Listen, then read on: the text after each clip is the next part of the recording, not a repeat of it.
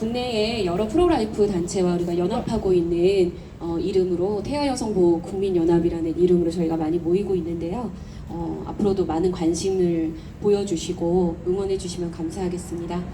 다음으로는 러브라이프 이예진 간사님의 발언이 있도록 하겠습니다. 우리 박수로 맞이해 주시면 감사하겠습니다.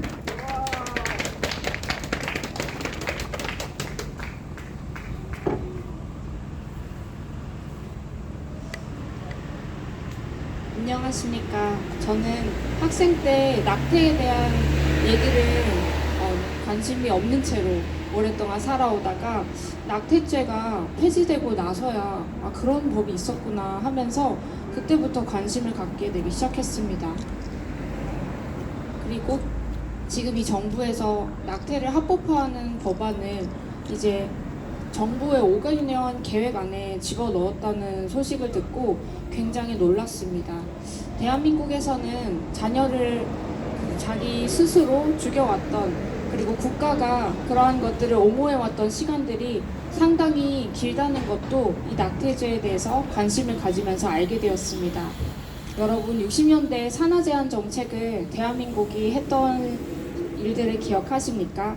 우리 어머니 세대, 아버님 세대에 정관수술을 하도록, 그리고 엄마들에게는 낙태를 하도록 국가기관 공무원들이 자행했다는 사실을 저는 이 낙태죄에 대해서 관심을 갖고 또 생명운동을 해오다가 과거 가족계획협회에서 일을 했던 분을 만나게 되었습니다.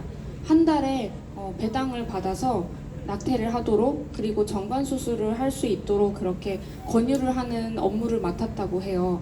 한 달에 30명 정도 정관수술을 할 수 있도록 배당을 맡아서 그렇게 연락을 드리고 안내를 했었는데, 지금 본인이 자녀를 키우는 엄마가 되어 보니까 자녀가 없었던 시기에 굉장히 고통스러웠던 시간이 있었고, 또 지금의 자녀가 결혼을 하지 않고 아이를 낳지 못하고 있는 그런 현실들을 바라보면서 내가 스스로 이 나라의 국민들을 죽여오는 일들을 했구나라는 마음이 들었다고 합니다.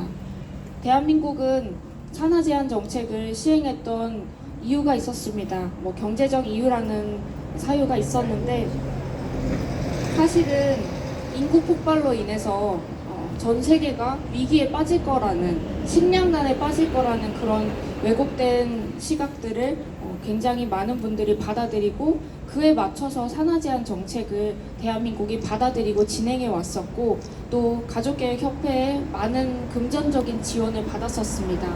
하지만 인구 폭발로 멸망할 것이라는 인식과는 다르게 이제 많은 식량난의 문제를 이제 문제 위기로 맞이하기를 많은 사람들이 예측을 했지만 그 예측은 빗나갔고, 오히려 많은 기술의 발달로 인해서 식량난이 해결되는 그런 일들을 맞이하게 되면서 자연스럽게 인구 감축론은 힘을 잃게 되었고, 산하제한 정책도 급감하는 인구 상황에 의해서 종료되고, 아무런 사과나 말 한마디 없이 손바닥 뒤집듯이 출산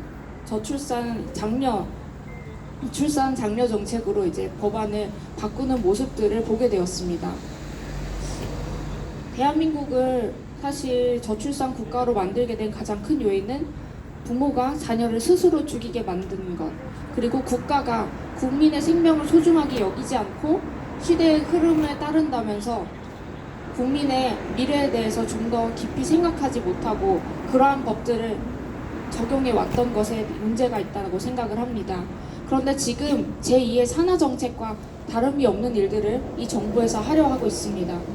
지금도 대한민국에는 임산부를 받아줄 산부인과 분만의사가 없어서 구급차에서 생을 마감한 산모와 그리고 태아들이 있습니다.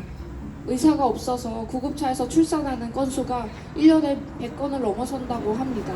그런데 지금 죽어가는 생명을 살리는 법안을 만드는 것이 아니라 낙태약, 그리고 낙태 합법화로 인해서 생명을 국가 주도로 죽이는 법안들을 계속해서 발의하고 있는 이 세태에 대해서 저는 이 나라에서 아이를 낳고 결혼을 할 그런 청년의 미래를 꿈꾸고 있는 사람으로서 이 정책에 대해서 반대하기 위해 나왔습니다.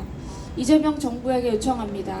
태아를 살인하는 낙태약 합법화 법안을 반대합니다. 국민의 목소리로 전달드리고 싶습니다. 이 일들을 소수가 또는 일부 종교계가 말하는 것이 아닙니다. 반복해서 많은 국민들에게 우리가 이런 법안이 통과될 위기 가운데 있습니다 라고 말을 했을 때 단 한 명도 좋다고 말하는 사람을 본 적이 없어요. 남녀노소 모두 내가 소중하다는 것을 알면 다른 사람도 소중히 여길 줄 압니다.